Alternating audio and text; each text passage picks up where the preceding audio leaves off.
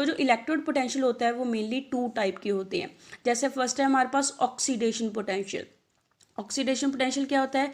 Oxidation potential हमें बताता है कि इलेक्ट्रोड में कितनी टेंडेंसी है इलेक्ट्रॉन को लूज करने की, या फिर कितनी टेंडेंसी है उसमें ऑक्सीडाइज होने की, उसको हम क्या बोलेंगे? उसका ऑक्सीडेशन पोटेंशियल बोलते हैं। तो जैसे हमने जहाँ पे जर्नल रिएक्शन लिया है कि मेटल सॉलिड स्टेट से इलेक्ट्रॉन को लूज कर रहा है, एन नंबर ऑफ इलेक्ट्रॉन को लूज कर रहा है, तो मेटल में कितनी टेंडेंसी है एन नंबर ऑफ इलेक्ट्रॉन को लूज करने की, उसको उसका क्या बोलते हैं? ऑक्सीडेशन पोटेंशियल बोलते हैं। जिसमें यहाँ पे हमने जिंक की एग्जांपल लेके एक्सप्लेन करा है कि जिंक में कितनी टेंडेंसी है 2 इलेक्ट्रॉन को लूज करने की, जितनी उसमें ज़्यादा टेंडेंसी होगी उतना ही उसका क्या होगा? ऑक्सीडेशन पोटेंशियल वैल्यू होगी। और सेकंड है कि हमारे पास रिडक्शन पोटेंशियल क्या होता है। रिडक्शन पोटेंशियल हमें ये बताता है कि इलेक्ट्रोड में कितनी टेंडेंसी है इलेक्ट्रॉन को गेन करने की, मींस उसमें कितनी टेंडेंसी है रिड्यूस होने की, उसी टेंडेंसी को क्या बोलते हैं? रिडक्शन पोटेंशियल बोलते हैं। तो यहाँ पे हमने जर्नल रिएक्शन लिया है कि मेटल आयंस में कितनी टेंडेंसी है कि नंबर ऑफ इलेक्ट्रॉन को गेन करने की, ताकि वो मेटल में कन्वर्ट हो सके। तो यहाँ से जितनी उसकी टेंडेंसी होगी उतनी उसकी क्या होगी? रिडक्शन पोटेंशियल वैल्यू होगी, जिसको हमने कॉपर आयंस की एग्जांपल लेके एक्सप्लेन करा। कहते हैं ये फाइंड आउट हुआ कि जो ऑक्सीडेशन पोटेंशियल है वो क्या होता है? रिवर्स होता है रिडक्शन पोटेंशियल वैल्यू का। फॉर एग्जांपल कहता है रिडक्शन पोटेंशियल वैल्यू जिंक की हमारे पास कितनी है? -0.76 वोल्ट है, और ऑक्सीडेशन पोटेंशियल वैल्यू कितनी होती है जिंक की?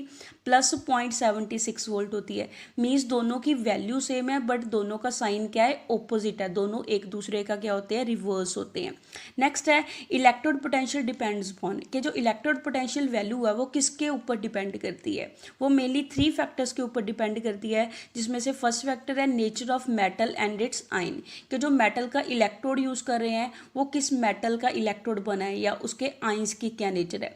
सेकंड किसके ऊपर डिपेंड करती है? कि आयंस की सॉल्यूशन के अंदर कितनी कंसंट्रेशन है, कितनी मात्रा है, उसके ऊपर भी जो इलेक्ट्रोड पोटेंशियल वैल्यू है वो क्या करेगी? डिपेंड करेगी। और थर्ड फैक्टर इज टेम्परेचर, के टेम्परेचर के ऊपर भी इलेक्ट्रोड पोटेंशियल वैल्यू क्या करती है? डिपेंड करती है। नेक्स्ट टॉपिक इज ईएमएफ और cell potential of a cell, की ईएमएफ क्या होती है या सेल पोटेंशियल वैल्यू क्या होती है सेल की। कहते हैं जो इलेक्ट्रोकेमिकल सेल है उसके अंदर 2 हाफ सेल होते हैं, that is oxidation half cell और रिडक्शन हाफ सेल प्रेजेंट होते हैं। और इन हाफ सेल के बीच में जो इलेक्ट्रोड होते हैं उन दोनों इलेक्ट्रोड की डिफरेंट रिडक्शन पोटेंशियल वैल्यूज होती है। डिफरेंट रिडक्शन पोटेंशियल वैल्यू होने के कारण उनमें डिफरेंट टेंडेंसी होती है इलेक्ट्रॉन को लूज या इलेक्ट्रॉन को गेन करने की।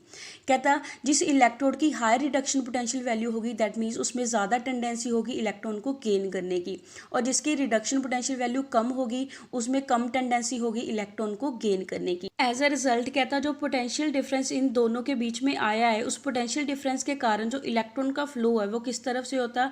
उस इलेक्ट्रोड से जिसमें कम टेंडेंसी है इलेक्ट्रॉन को गेन करने की, उससे किसकी तरफ होगा? उस इलेक्ट्रोड की तरफ को होगा जिसमें ज़्यादा टेंडेंसी है इलेक्ट्रॉन को गेन करने की। या फिर इन अदर वर्ड्स हम कह सकते हैं कि electrode having low reduction potential value to electrode having high reduction potential value, जिस इलेक्ट्रोड की लो रिडक्शन पोटेंशियल वैल्यू है उससे इलेक्ट्रॉन का फ्लो होता है उस इलेक्ट्रोड की तरफ जिसकी रिडक्शन पोटेंशियल वैल्यू क्या होती है? हाई रिडक्शन पोटेंशियल वैल्यू होती है।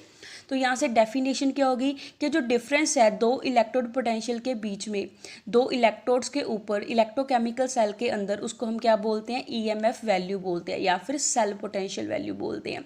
ईएमएफ की फुल फॉर्म क्या है? Electromotive force. इसी इलेक्ट्रोमोटिव फोर्स के कारण सेल क्या करता है? वर्क करता है। जैसे हमने ऑलरेडी डिस्कस करा है कि कैथोड के ऊपर रिडक्शन होती है और एनोड के ऊपर क्या होती है? ऑक्सीडेशन होती है। दैट मीन्स कहता है एनोड में कम टेंडेंसी होती है इलेक्ट्रॉन को गेन करने की और कैथोड में ज़्यादा टेंडेंसी होती है इलेक्ट्रॉन को गेन करने की। सो यहाँ से जो ईएमएफ वैल्यू है वो किसके इक्वल आ गई? Reduction potential value of cathode minus reduction potential of anode, या फिर कैसे लिख सकते हैं?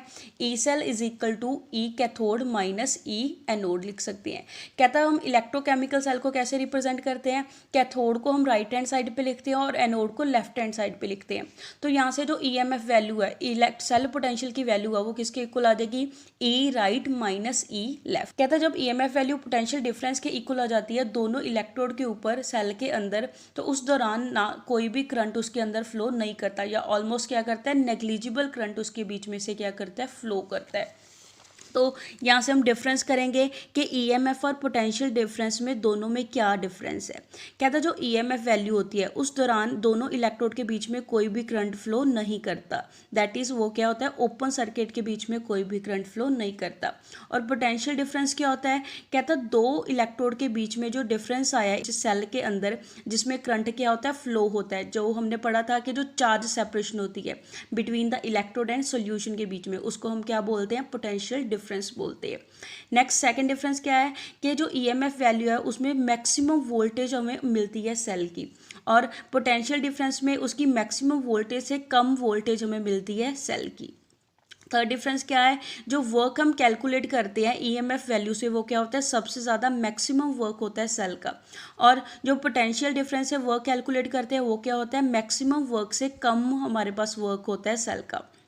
लास्ट हमारे पास डिफरेंस है कि ईएमएफ वैल्यू के कारण जो करंट का फ्लो है वो क्या होता है, स्टडी होता है सेल के बीच में, मीन्स जो वो कॉन्स्टेंटली चलता रहता है। और जो पोटेंशियल डिफरेंस है उसमें कहता जो करंट का फ्लो है वो स्टडी नहीं होता है, उसके पोटेंशियल डिफरेंस उसके लिए रिस्पॉन्सिबल नहीं होता है। That's all for today, stay home, stay safe, thank you.